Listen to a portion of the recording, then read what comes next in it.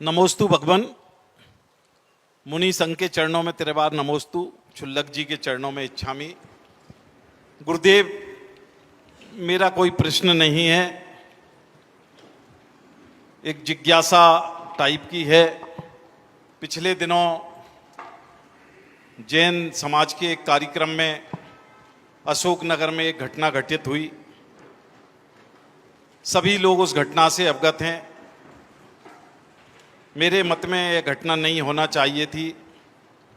संपूर्ण भारतवर्ष में गुरुदेव इस संबंध में चर्चाएं व्याप्त हैं और संपूर्ण जैन और जैनेतर समाज में इस घटना से क्षोभ है। गुरुदेव, इस संबंध में कृपया मार्गदर्शन देना चाहेंगे। देखो भाई, ये जो घटना है इसे कतई अच्छी नहीं कही जा सकती। आचार्य समय सागर जी महाराज हमारे संघ के सर्वमान आचार्य थे, हैं और रहेंगे। इसमें किसी प्रकार का कोई संशय नहीं है। और संघ के विषय में, संघ की परंपरा के विषय में किसी भी व्यक्ति को उंगली उठाने का अधिकार नहीं।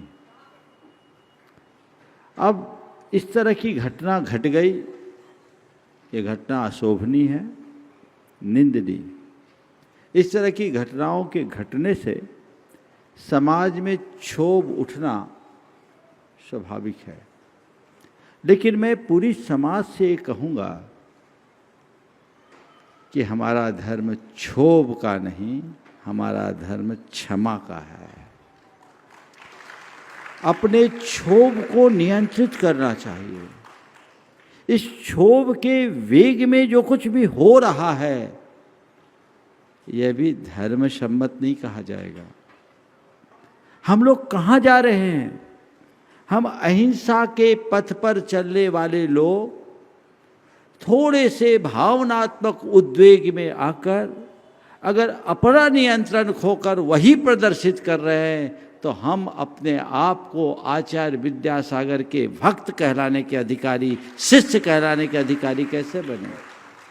परम पूज्य गुरुदेव के आदर्श को हम कहाँ ले जा रहे हैं? आज सब बातें सड़कों पर आम होने लगी है। आप थोड़ा सोचो, जिस हिमालयी व्यक्तित्व की प्रतिष्ठा हम उसे कहाँ ले जा रहे हैं? उन्होंने हमें क्या सिखाया? गलतियों की निंदा करनी चाहिए, सामने वालों, निंदा भी एक सीमा में, सामने वाले की गलती को सुधारने के लिए हमें प्रेरित करना चाहिए, अवसर देना चाहिए कि उसकी गलतियां सुधरे, वो अपनी गलतियों को सुधारे। उसको चाहिए कि वो अपनी गलती को केवल क्षमा मांग कर न सुधारे, उसका प्रायश्चित ले और अपना भाव सुधारे, जो भी व्यक्ति संबंधित है। लेकिन समाज को चाहिए कि इस तरह की कोई प्रतिक्रिया न करे जिससे जैन धर्म की प्रतिष्ठा सड़कों पर आ जाए और आप भी अनजाने में हिंसा के भागीदार बन जाए। आप जो भी हैं, मैं सबसे कहूँगा, गलती करने वाले ने गलती की, पर अब हम दूसरी गलतियों से अपने आप को बचाएं।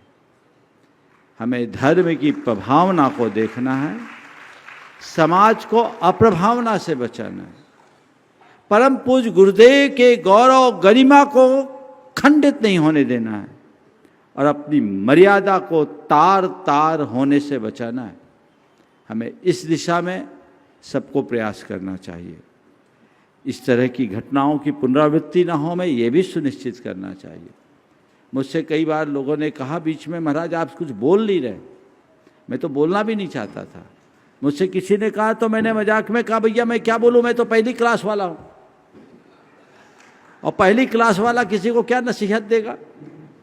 लेकिन फिर भी जो वर्तमान की दशा दिख रही है उससे मन बड़ा व्यथित होता है। एक विकल्प है कि हम जा कहाँ रहे, हमारी परंपरा क्या है, हमारी गरिमा क्या है। हमें उसे ठीक करना चाहिए। मैं सभी भक्तों को कहूँगा भावना में बहकर, भावना के उद्वेग में आकर हम अपनी मर्यादा का उल्लंघन न करें।